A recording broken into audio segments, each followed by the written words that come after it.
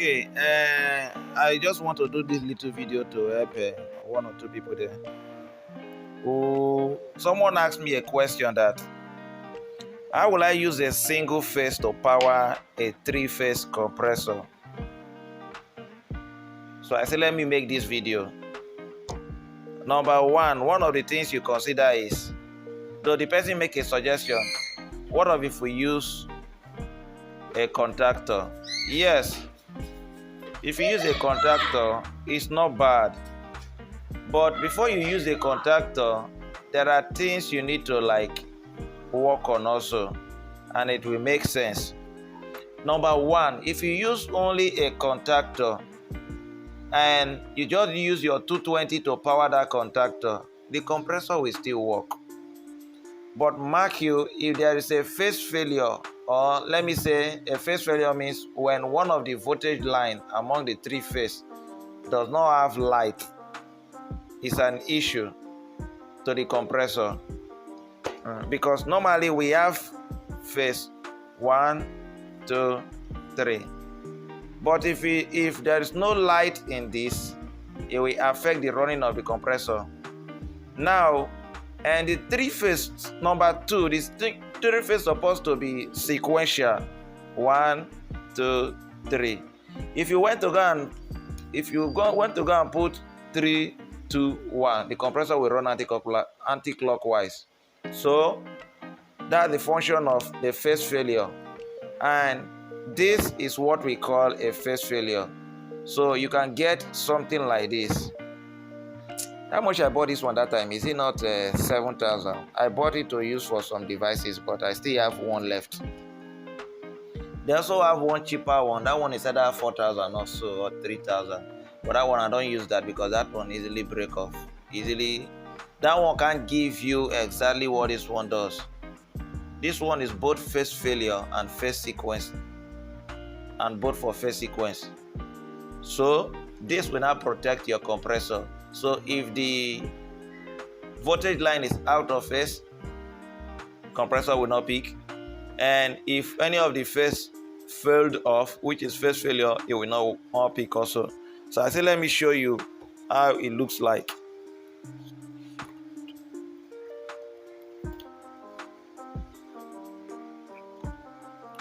So this is how it look like. Now, how many amp is this?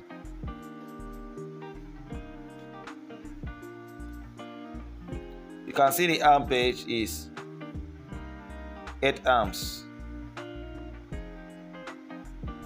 8 amps. Note this, you must attach a contactor to this. Hello? You must attach a contactor to this. You must attach a contactor to this, because only this one can drive the three-phase motor. So here comes with it with a circuit diagram. So the circuit diagram will teach you more on this, but I just want to throw a little more light on this. Now, when you look at it this way or this way, the three-phase line, let me just sketch this one first. The three-phase line,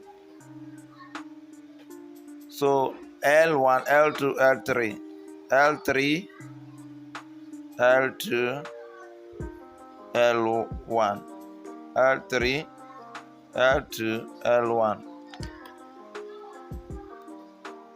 Then this one is the neutral. Don't mind me, the one I'm writing on. That is your connection. Now, you have done that first connection. So from the phase 1, you tap to this place. Phase 2, you tap to this. Phase 3, you tap to this. Now, watch the diagram on top. This thing, for those of you that don't know how to read diagram, you can use this opportunity to read diagram. This is a coil. it shows you that this and this is where you power it. And it's telling you that number 2 you see here, it's telling you that number 2 is the contact. So number 3 is normally open. So meaning 1, 2, 3. Number 2 is the contact, which is this middle one here. Number 1 is at normally close, meaning it's switching to 1. So when you want to power something, when it energizes, carries it to 3. So meaning this is your contactor. Your contactor, where you power your contactor is A1 and A2. That's the major thing. You already connected your 3-phase like this. Your 3-phase like this. Then look for A1 and A2. This neutral line, take it to A1. Then what you are doing is this A2, you take it to 3. This is how you connect it. So this number 2 is where you connect power from. Now you take power from any of these 1, 2, 3 and use it to power these 2. Let me repeat myself again. Your neutral line is connected to A1. You take power from each of these phases so that it will be working with neutral and live. So you pick any of the line, take it and put it at line 2, so that when you switch, it will carry light. Sorry, my 3 is at this side, so that when you switch, it carries light to 3, of which you already connected to this one. And this thing is energized.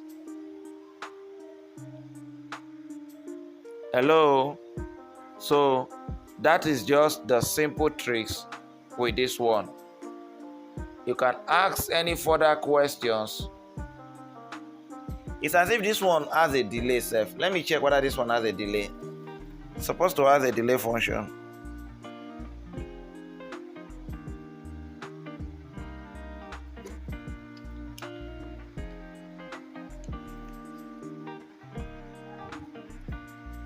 It has a delay function. Now look at this top. This is where you set the delay. Now let's assume you want the output.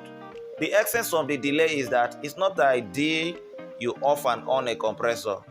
When you off and on a compressor, it might affect the system.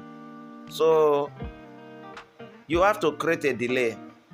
Now you have from 0 to 10 seconds. From 0.12468 to 10 seconds. T in seconds. You understand?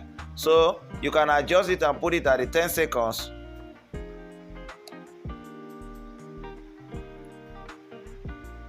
So when it gets to these 10 seconds, you can use your screwdriver.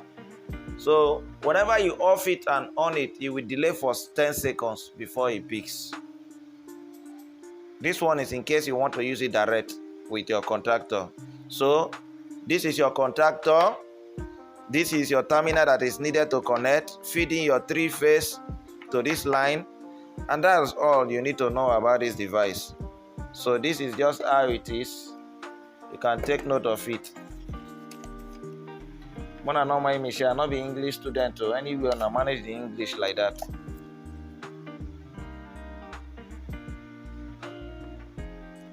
So these are the circuit diagram on it.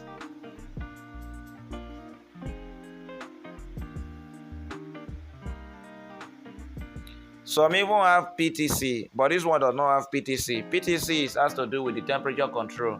Some have the leg you put either to sense the coldness or the hotness of the system. If it's too hot, it should cut off the system. If it's cold, it will cut off the system. That's the meaning of this PTC. So some have it, but this one, you see a dotted line here, means it's not in this one. If it's in this one, that will make the line a thick line. So once again, this is the end of this class. Thank you. You just subscribe to our channel and enjoy more of this free class. Bye.